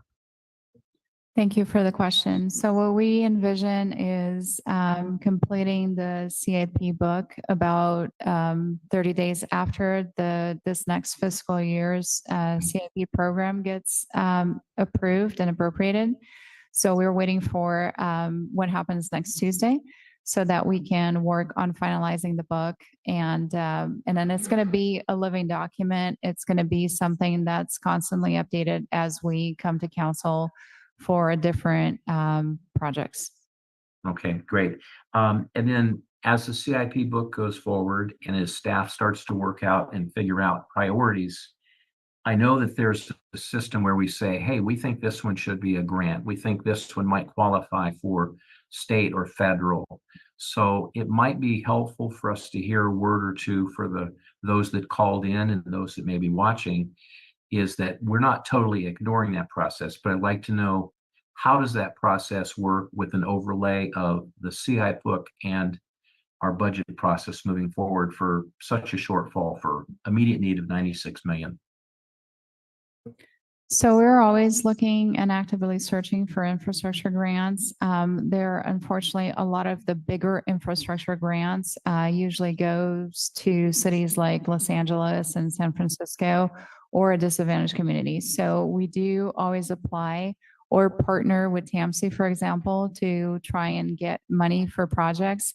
One of the things that just looking back, all of our controllers and controller cabinets and some of our signal infrastructure got upgraded as part of the air quality grants that we received, as well as Regional Surface Transportation Program. So we do try to use Measure X specifically and Measure S to try and push our dollars further by using those as matching funds for more grants. But we are finding that there is a rumor that we might not have an active transportation program this year, depending on the state's budget. So we do actively look and apply for grants. And we also have a consultant that's very helpful as far as looking for new opportunities. Yeah, thank you. And I know that the state has a huge deficit as well. So we're probably not going to get much help this year or the next year, but I wanted to highlight that you had reported the tunnel was built in 1968, and I actually was here and remember that, going down and watching that tunnel with all the dynamite work that was done and the excavation with the work and diversion. But $2.5 million, what a bargain. What would the tunnel cost if we were building an entire new tunnel today? I mean, you're an engineer. We know it's more than we could afford, but we have to program in what the need is. And I think you reported 3.4 to just refurbish it, but we have some significant vulnerabilities there. And obviously that tunnel is the lifeline for Pacific Grove and New Monterey. And without that tunnel functioning, can you imagine the traffic that we would not be able to manage? So to me, of all these things, there are all priorities, but that tunnel to me stands in that top layer of priorities, as well as the signal lights that are subject to being pushed down. So it's the only other comment I have. Dr. Thank you, Barber. Mayor. So thank you so much for the presentation. I want to be real clear that the staff is always thought of. So I know we heard that earlier, that no one thinks about the staff, but the staff, you're always thought of, and we appreciate the work that you do. So I want to be clear on that. I wanted to find out how often, and this is kind of similar to one of the public comments that came out, how often are the assessments done for the different projects? I know it was like 4 or 5, how you had the elements categorized, but how often are they done? Because I'm hearing from the public and thinking in my mind of looking at the different types of issues, is that this didn't just happen last year. And so I'm just curious as to how often, this comes up and it's done. And then I'm also hearing from NCIP that none of this has been brought up to them, which that's a whole different conversation. So I'm just curious as to how often this is done and brought to council. So the last assessments that we have were from 2014. And usually what happens with an assessment is if it's not kept updated to all the work you've done, all the work you haven't done, it just becomes kind of useless because you have to start over. So the assessments that we're currently doing do look also at the last assessments done in 2014, but that was 10 years of again, some major components being not addressed.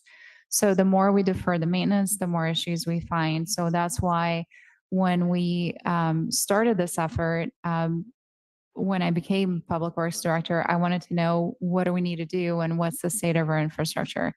So I come to you with working numbers. I really wish the assessments had been done already and I can give you better numbers, but we decided that it was a good time to present what we think we're going to need and refine them as we go. So the assessments were brought forward in 2014. Thank you for that. Also, I know we spoke about, you spoke about the sewer utility master plan.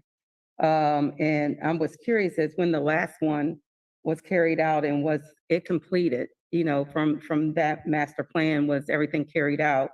And because I see that it's a $2.3 million immediate need. So I'm just curious as to, from the last master plan of the sewer utility, was that carried out or is that carried over to what will be coming? Because I understand that this current one is not complete. I'll let Andrew give you more details, but we did do a really large project. It was called very rightfully so, what a relief. So it was a really big sewer project that we did. We did rehab a lot of the F pipes, but again, these pipes also degrade over time. And I'll let Andrew give you a little bit more details. Thank you. Sure. Thank you, Andrea. So our last sewer master plan and rate study was done over 10 years ago. We have implemented a number of sewer projects or rehab projects over the past 10 years or so. We average about 10% of our system, 1% of our system per year. So that's about a mile of sewer pipes that are rehabbed every year. And then we also kind of do inspections on about 10% of our system every year. So it's an ongoing effort as we upgrade or improve our DNF pipes. Our B and C pipes start to fall into the DNF categories. So it's an ongoing effort, but annually we do about 1% of our sewer system per year. Okay, thank you. So excuse me, Dr. Barber. So we did a massive overhaul of our sewer system, and it was prior for the arrival of our city engineer, Andrew Easterling. We had 5 different packages. We touched all the failing pipes, the F pipes, and the A, B, C, D, E, D pipes. I think there are no E pipes, so D and F pipes, right? Andrew, there are no E pipes. So we fixed the D and F pipes. We have rehabilitated over 1,200 manholes. These were 5 different sewer packages that maybe Councilmember Huffer remembers that we brought forward in different installments. So we completed the CIP. It sounded like we did a little bit here and there from the presentation by Andrew. I just wanted to correct this. It was a massive undertaking, was funded with $14 million coming from a state evolving loan fund. And it was systematically assessed and systematically implemented. So it included replacement pipes, lining of pipes, and now, Andrew pointed this out a few weeks back when we talked about the most recent sewer master plan. The formerly C pipes have become D and F pipes, and those pipes are now ready to be replaced. So again, just wanted to say we did a lot in sewers. Unfortunately, those pipes get used every day, and a C pipe can become an F pipe. Okay, thank you. So with the ADA transition plan, needing the 42.4 million, who oversees the ADA and tracks that annually to make sure, I'm sure like building permits and codes have that in place, but who oversees this on a like a more continuous basis? It's a collaborative process between multiple departments, but in my position, I currently serve as ADA coordinator, and we have a ADA transition plan that we're currently updating. We've been working on this project for the past 18 months and plan to bring an ADA transition plan update before you in the next few months. The transition plan identifies all of the facilities, all of the public rights of way that need updates and upgrades. There have been site visits by our consultant, along with price tags and exactly what needs to be implemented on each of those efforts. And they're also building a database that will allow our engineering team and our property management and building maintenance team to identify what of those projects are updated as we go along and make improvements to each of those sites and locations. Okay, and so is there community outreach with this that you can get community input on that plan? We launched earlier this year on Have Your Say Monterey. We also had some public meetings about the ADA transition plan to gather feedback. We'll have our draft gather feedback as well for those who are interested in providing input before the plan is updated and finalized. Okay, thank you. And my last question or comment is, question. Gordon House and other historical buildings you were talking about for the $800,000 need. Can the Historic Society or other grants help with some of the historical buildings? I can answer that question as well. You know, as Andrea mentioned, we've been working with a consultant in the city manager's office on grants, California Consulting, for the last just over a year and a half. And the short answer to the question is there is limited funding available for projects such as Gordon House, even though it is a historic property. There are limitations depending on whether it is on the historic register, and often historic properties that do receive grants are very much focused in underserved communities, which we don't qualify for. So we've attempted not only for that, but also Colton Hall, which has greater historical significance for grant funding, and it's very limited in terms of what we receive or what we can even are eligible to apply for at the state level or federal levels, unfortunately.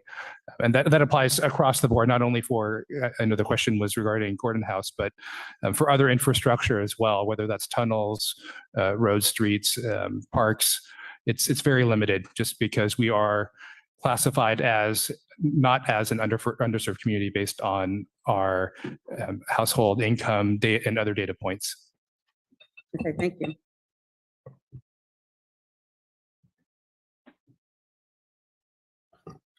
I wonder, Andrew, if you could put the slide back up. I think it was sort of the city manager's recommendations was near the end.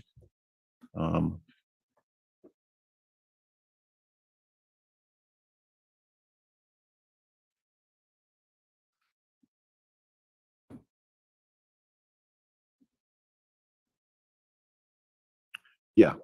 I think the one just before that. Yeah, potential solutions. So just wanted to start there. I think these are all good suggestions. I think we should look at those. As far as extending Measure P&S, I think we had a good comment from the public, which is we want to, and for G as well, we want to start those conversations with the community early. And I think it does make sense to sort of retune what a renewed P&S would go to include infrastructure.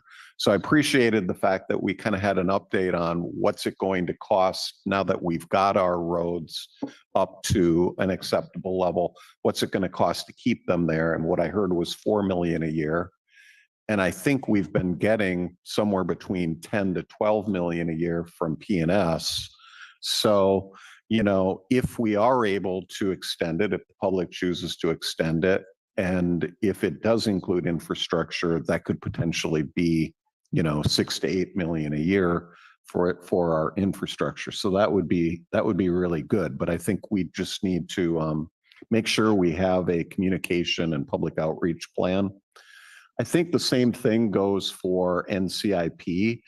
I think that maybe what would be a good idea after NCIP completes this round of NCIP allocations is maybe to have a joint meeting of council and NCIP and to kind of have a conversation, an engaged conversation between council and NCIP representatives about what would work going forward and how are we going to address these needs. I think we heard from a couple of NCIP reps tonight who take these infrastructure needs seriously. I think that will be true of the rest of the committee, but I think how we do it is really important, that we need to engage in a collaborative conversation with them.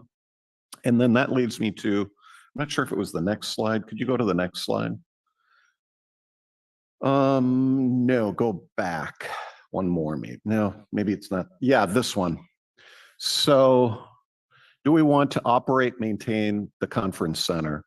You know, just to kind of push back a little bit about past councils, one thing, at least in the last decade, past councils did was we did address the infrastructure needs of the conference center to the tune of something like 55 million, if I'm remembering correctly, as well as our streets. So those were big infrastructure needs, and those were kind of what past councils focused on in the past decade. You know, and we looked at that time at privatizing the conference center, and there are, it's a complicated, that is a complicated question, I will just say. I'm not sure at this point, since we've already updated the conference center and we have a plan in place to maintain it. I'm not really sure what would be gained at this point by changing the operation of the conference center. But if I'm missing something, certainly be open to having that conversation. With respect to the sports center, I think we heard a public comment, well, we could, some kind of public-private partnership. I will just say, of all of our city facilities, my impression is the sports center is among the most heavily used by our public and by our community. If you were to privatize it, if we were to, let's say, hire a private contractor, the first thing they would do is raise fees. That's what they would do. They're going to raise fees and probably cut staff and bring in less qualified staff that they pay less. I mean, that's exactly what they're going to do.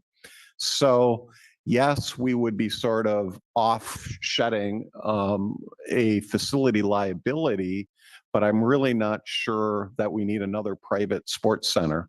So I think we just have to figure out how to make it more cost effective. And we've already started to build in annual funding for facilities. So I really don't see that as being the most germane to this conversation either.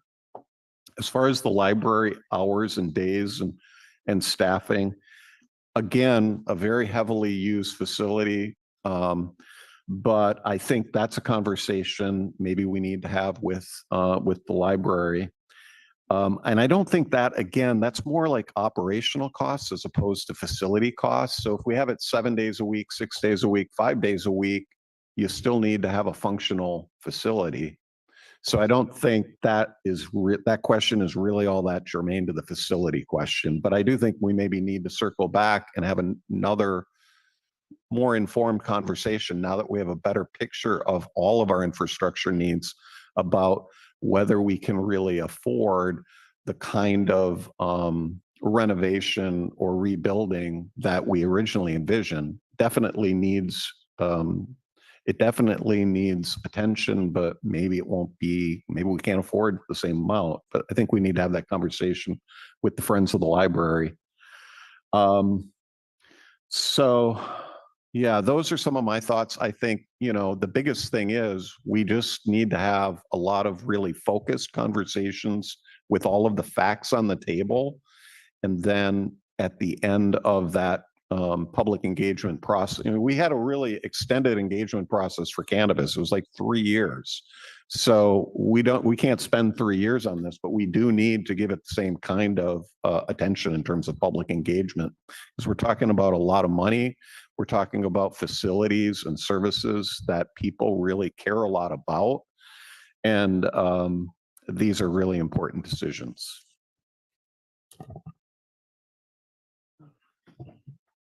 So when I think about shortfalls, my mind first goes to where can we maximize revenue streams before cutting anything else out. So I think I'd be interested in learning a little bit more about potentially how we could privatize the conference center and the sports center. I do share the concerns as Councilmember Hoffa just expressed, specifically with the sports center, that fees would potentially go up and that kind of thing. But I think there should be mechanisms to be able to analyze that before moving forward in any direction. And I did also have the question about where do grants fit into all this. I know staff touched on that point, but I'm not sure that I heard anything more detailed about federal grants. And I don't even know if, that's a possibility. I don't understand that process of grant funding enough to speak to that. But I'd be interested in hearing more about that. And with this last item, I think I'm going to deviate a little bit here from what has been said. If I understood the infographic correctly, I noticed that there was a figure of 97 properties owned by the city. And if that's the case, potentially it could be a one-time source of funding, kind of shedding some of those properties, but could potentially also give us like a jump start towards the goals that we would be trying to meet. So just want to put that out there. Again, in the spirit of looking at how we could maximize revenue streams before cutting items. So those are my thoughts. So I recommend that we have like a council member car wash to help raise revenue. Got to do our part somehow. No, I think we can't act as if we're surprised by this. We're the public, we're as much responsible for what happens with our government as anybody else. We all have to hold ourselves accountable here. And so, we could have been asking, where is the CIP all along here, and trying to push for this. So we're here now. I don't think anybody's pointing fingers or casting blame in any direction. And I just wanted to make sure that we celebrate this moment as an opportunity for us to really get back on the track here and start moving things in the right direction. So I appreciate staff's effort in bringing this forward. And I would just offer, staff has been speaking all along, at least since I've been involved with the city, about our failing infrastructure. I hear quite often from Hans around the need to replace our public safety facilities. Early on, when I came onto the council, it was discussion around the library. The sports center has always been something that's been expressed as concern. So it's not as if there is a surprise here. I just kind of want to start there. And I think one of the things that's a big takeaway for me from this discussion is differentiating between these larger infrastructure projects that are needed and these kind of more ongoing CIP projects. We're only seeing, I'm not sure if I would even consider it half the pie, but only part of the picture in regards to where the needs are in this space as far as our infrastructure. So I think having those two conversations, yes, some of this needs to be broken down a little bit, and maybe we need to parse out the conversations, but there needs to be a larger picture conversation, and I'll get back to that more here in a second.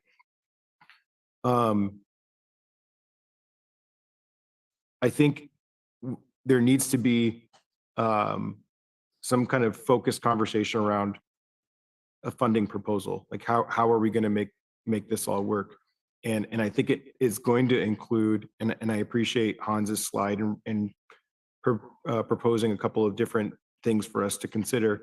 But we're going to need to shift some funding around in the city. I don't think that there's any other way around it. We need to be able to, and I can't imagine that there's not going to be some level of bond financing for some of this stuff. I just think that the cost is too great for us to do all the things that we need to do within the limits that we currently have. But in as much as possible for us to not kick the financial burden can down the road, I hope that we can think hard and have those really tough conversations around how do we make this work within our means to the extent possible. I agree with my colleagues. I have a note here around grants. I know that we have the consultant. If there's a way that we can ratchet it up and be more aggressive, particularly around the federal side, there's all of this federal funding for infrastructure. And so it would be nice to tap into that a little bit more. I brought this up in the past too, but particularly around our wastewater infrastructure. I know M1W has consultants that they're working with on federal and state funding that's available for waste treatment. And they had brought up at one of our meetings that some of the funding they can't apply for because it has to be local jurisdictions, and because they're a joint powers authority, they can't, even though they represent jurisdictions, they can't do that themselves.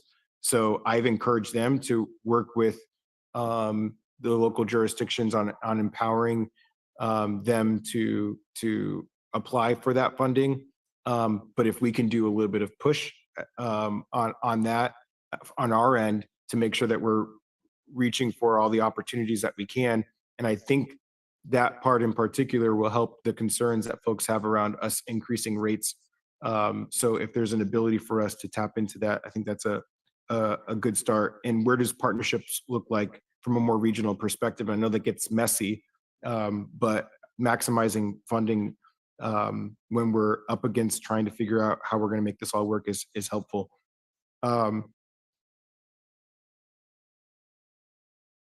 It'll be helpful to see what staff's proposal is about how we prioritize all these different projects.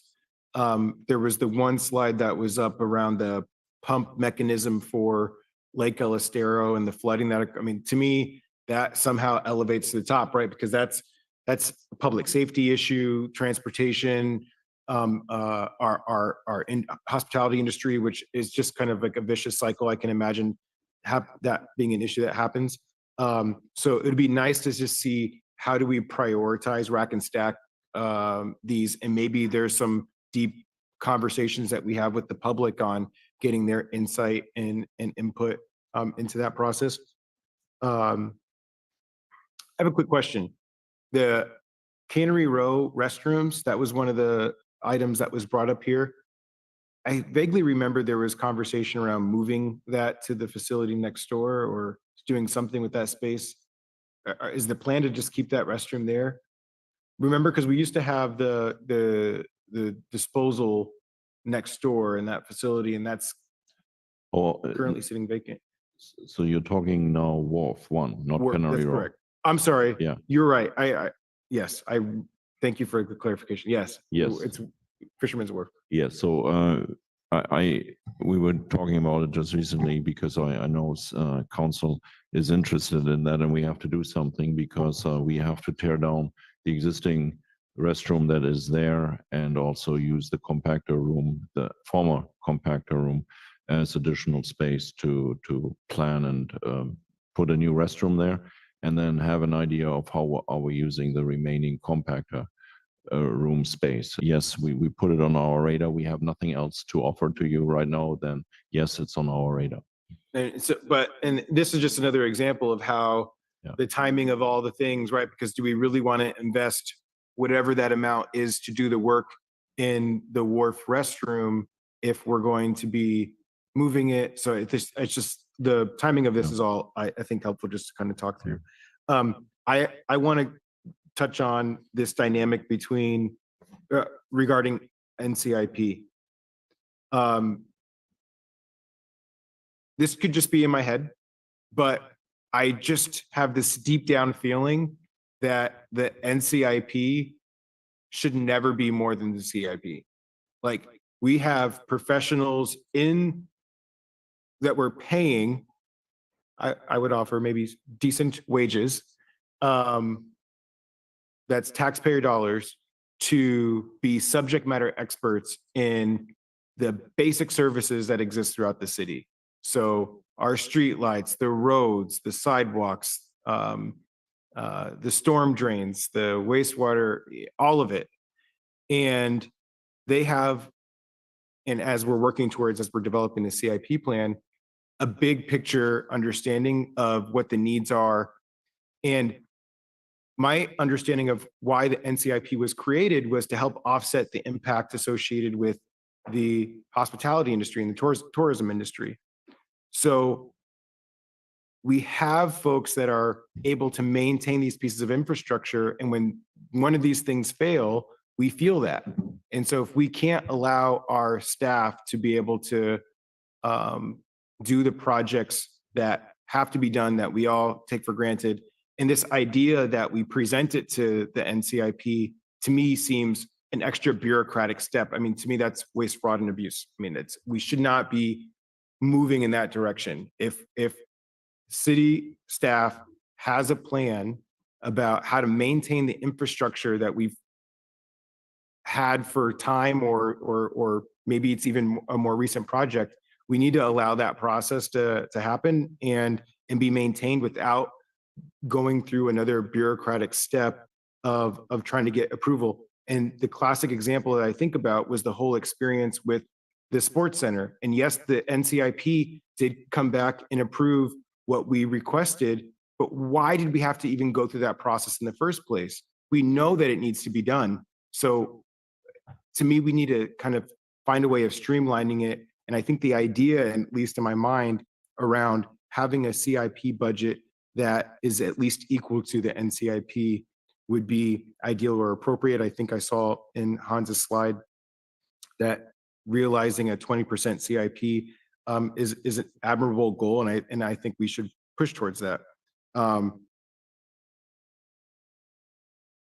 just want to give some examples of some of the projects that I've seen in the NCIP list from the last NCIP meeting, just some of the projects for folks to have an idea of what types of projects are being considered over some of the things that were being presented today by staff. Del Monte Beach boardwalk lighting. Take a toy, leave a toy. It's a box where folks can put toys in and take toys out. A Monarch garden.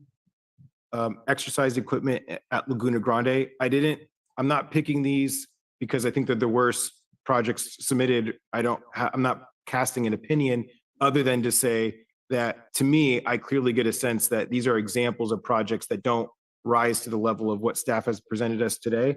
Even some higher tier projects that I would consider higher tier projects that are in front of NCIP, radar, speed signs, sidewalk infrastructure. These are kind of higher level safety issues, but still, how does that fit into the streetlights and the sidewalks. I mean, I think we just need to think about this a little bit more. And let me just end with saying that I think it's going to be helpful for there to be some serious strategic planning around this, and taking the time to have the conversation now and have deep, public, transparent dialogue with the community. And yes, it's going to feel like it's a pain and it's going to take a lot of capacity, but I guarantee if we take the time and do this right up front, that it'll save us in the end when folks are frustrated because we're not focusing on their projects or maybe taking away funding from a certain area that they felt was important. So I look forward to continuing to engage in the dialogue. And I just, again, appreciate staff for taking the time to get us back on track here and make sure that we're moving things in the right direction. So any last calls with the council? Do we feel good to end here? Tyler? Go ahead, Councilmember Smith. Yeah, thank you very much. Yeah, lots more to say, but we're going to have future meetings on this. I did some calculations. If we built the tunnel today, those dollars, $22.7 million roughly. So I know that we all look at these big numbers, but the longer we wait on some of the emergencies, inflation kills us. So I look forward to the priority list coming forward in the short order. Councilmember Hoffa. Yeah, I was just going to follow up something that I think you alluded to and kind of lend my support to, which I think it would be helpful to develop some criteria in terms of prioritizing. So I'm sure staff will have ideas for that, but things, obviously, the immediate risk to public safety would be a very high priority. The risk to economic activity would be one. And then how immediate the threat of failure of a particular facility or piece of equipment might be, and how immediate, moderate, long-term, that kind of thing. Those are things that occur to me. There may be others. But I think that would also be helpful because we're not going to be able to address all of these right away. So I think prioritizing is really important, and maybe staff's already done that. I'm not sure. Well, more conversation to come. So I appreciate everybody's input, and yeah, more to come there. You want to close anything out there, Hans? You're good? All right. All right, with that, council's going to be going into closed session. So just use this as an opportunity to get any public comment on the closed session agenda items. There's only one. It's labor negotiations with GEM, MEA, MPA, PLMA, MFFA, MFCOA, and MEMIA. We have to find a better way of, especially MFCOA, like work on that. We got to, okay. How do you, MFCOA? Is that what staff, is that how you, no, you don't do that. All right, let's check in the chamber. Anybody wish to speak on this closed session item? Not seeing any takers. Let's check online. I'll do a countdown for folks to use a raise hand function to 5, 4, 3, 2, 1. Not seeing anybody online. So with that, we'll go ahead and adjourn. Thank you, everybody.